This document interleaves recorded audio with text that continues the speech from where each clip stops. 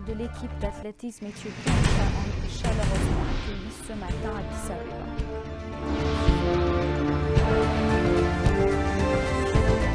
Addis Abeba et la ville sud-coréenne Chungcheon est convenue de coopérer dans divers domaines.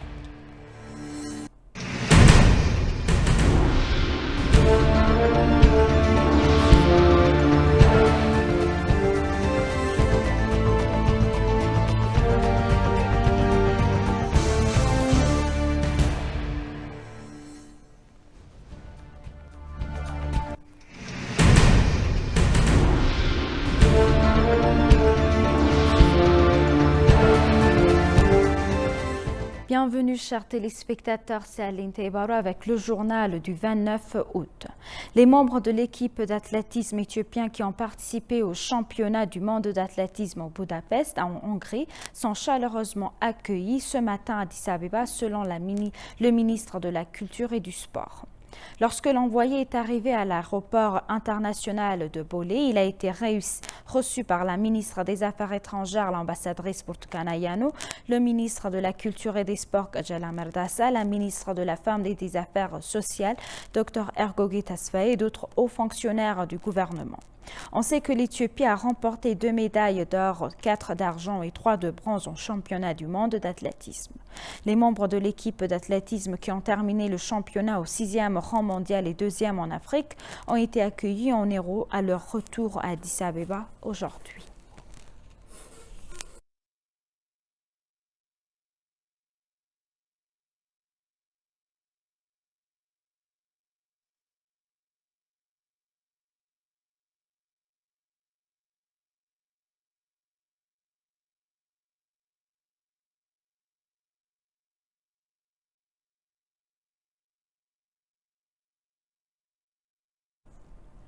Le ministre des Affaires étrangères a annoncé que le premier cycle de négociations tripartites de 2 jours entre les délégations éthiopiennes, soudanaises et égyptiennes concernant le premier remplissage de la libération d'eau du grand barrage de la Renaissance éthiopienne s'est achevé.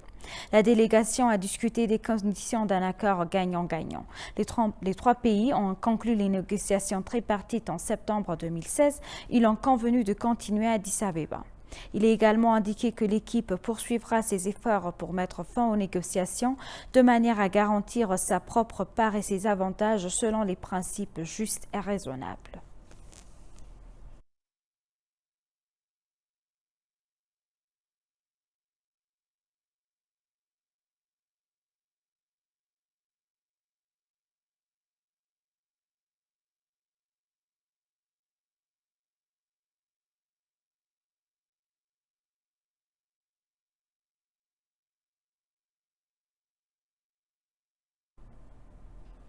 L'ambassadeur éthiopien en Afrique du Sud, Mukhtar Kader, a déclaré que l'adhésion de l'Éthiopie au BRICS renforce son rôle dans la construction d'un système mondial juste et inclusif grâce à la coopération Sud-Sud. Il a déclaré que le Premier ministre Abiy Ahmed avait déployé des efforts diplomatiques mûrs sur les plateformes bilatérales et multilatérales pour que l'Éthiopie rejoigne l'Alliance. Il a déclaré que la demande avait été acceptée en expliquant et en persuadant que ce grand pays devait être inclus afin de renforcer la coopération Sud-Sud. L'ambassadeur a mentionné que la plateforme de coopération Sud-Sud est basée sur le principe de bénéfices mutuels équitables. Ils ont déclaré que l'adhésion de l'Éthiopie au BRICS bénéficierait également à la plateforme de coopération. Il a déclaré que l'Alliance élargirait la possibilité pour les pays membres de protéger leur indépendance politique et de protéger leurs intérêts par la coopération. Il a expliqué que le succès des travaux de développement qu'elle a commencés lui fournira une capacité financière supplémentaire et créera une large option de marché pour les produits qu'elle exporte. Il a déclaré que les pays membres possèdent une vaste expérience dans le domaine de la technologie et que cela crée une bonne opportunité pour le succès de transfert de technologie en Éthiopie. L'ambassadeur a déclaré que l'Éthiopie, qui est la voix de l'Afrique depuis de nombreuses années, a rejoint la coalition. Il a déclaré que c'était particulièrement prometteur pour les pays en développement.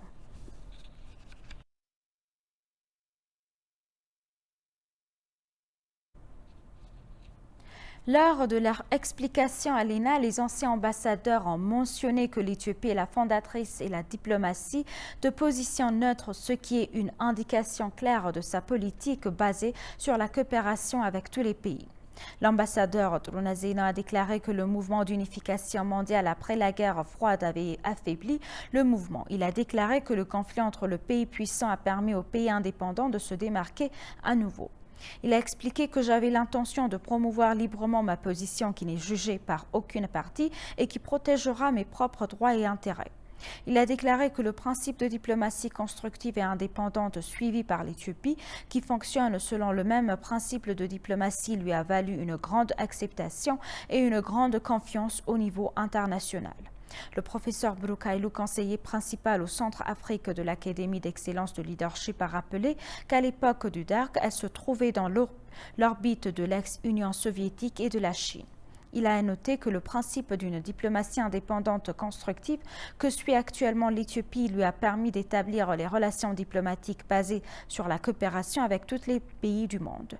L'ambassadeur Turuna a expliqué que la position diplomatique constructive et indépendante de l'Éthiopie au fil des années lui a valu une bonne réputation et une bonne acceptation parmi les pays puissants du monde.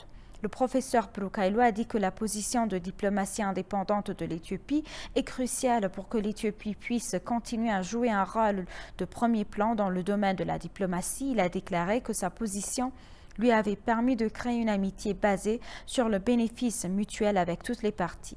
Il a expliqué que l'Éthiopie a pu devenir l'un des 40 pays candidats à l'adhésion au BRICS grâce à sa position diplomatique indépendante.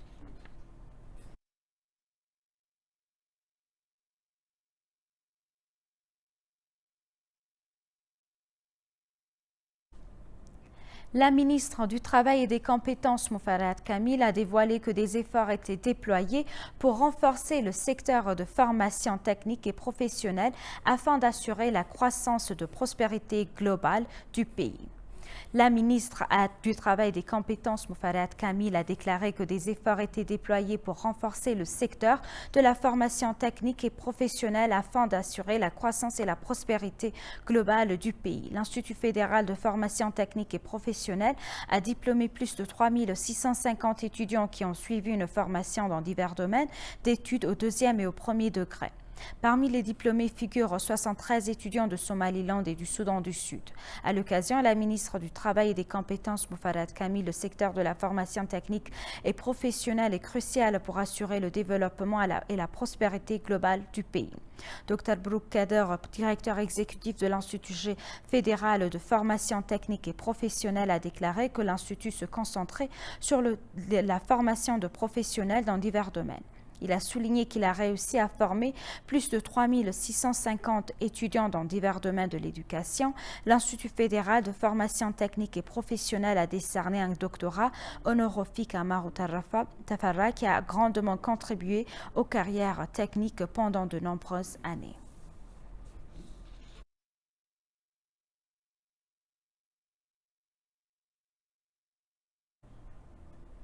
Il a été annoncé qu'Addis Abeba et la société sud-coréenne Chuncheon avaient convenu de coopérer dans divers domaines.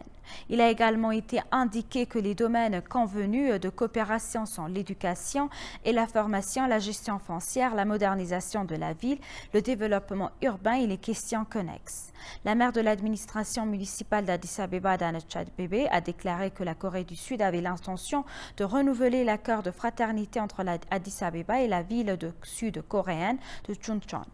La maire a déclaré sur sa page de réseau social « Nous sommes venus en Corée du Sud pour renouveler l'accord historique de fraternité entre Addis Abeba et la ville sud-coréenne de Chuncheon qui est pour discuter de divers domaines de coopération ». Le maire de la ville de Chuncheon en Corée du Sud, Ying Dong-han, et son cabinet ont été accueillis par le maire Adanich. Afin d'échanger des expériences culturelles et de célébrer le 19e anniversaire de l'accord bilatéral, une jeune délégation coréenne dirigée par le maire de la ville de Chuncheon, Ying Dong-han, se rendra à Addis Abeba en octobre prochain, a indiqué la maire. Ajoutant qu'il s'était parvenu à un accord pour préparer une plateforme où la délégation des jeunes d'Addis Abeba pourra échanger culture et expérience à Chuncheon.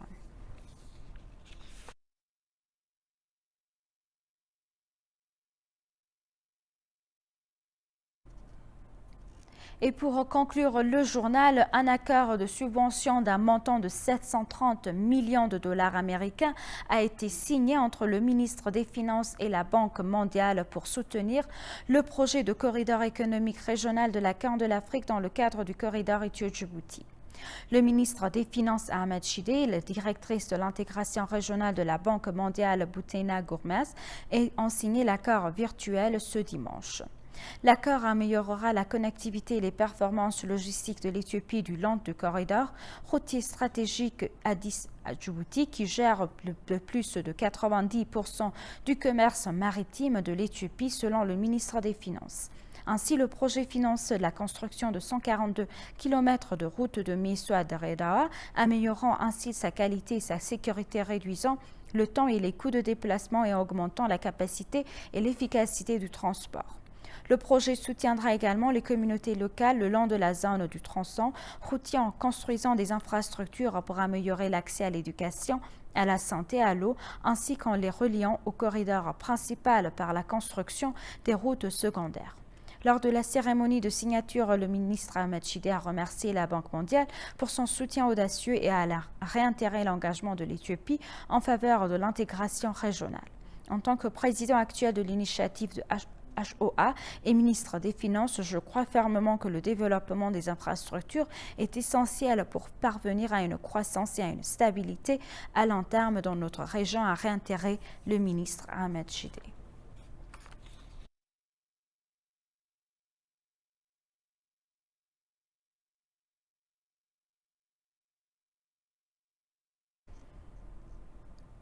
Chers téléspectateurs, nous vous rappelons les titres principaux. Les membres de l'équipe d'athlétisme éthiopien ont été chaleureusement accueillis ce matin à Addis Abeba.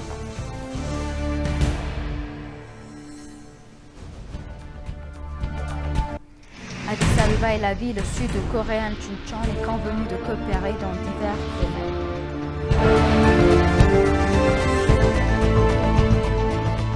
Chers téléspectateurs, c'est la fin du journal. C'était Ali Taïbar avec le journal. Restez avec nous avec le reste des programmes. Bonne journée.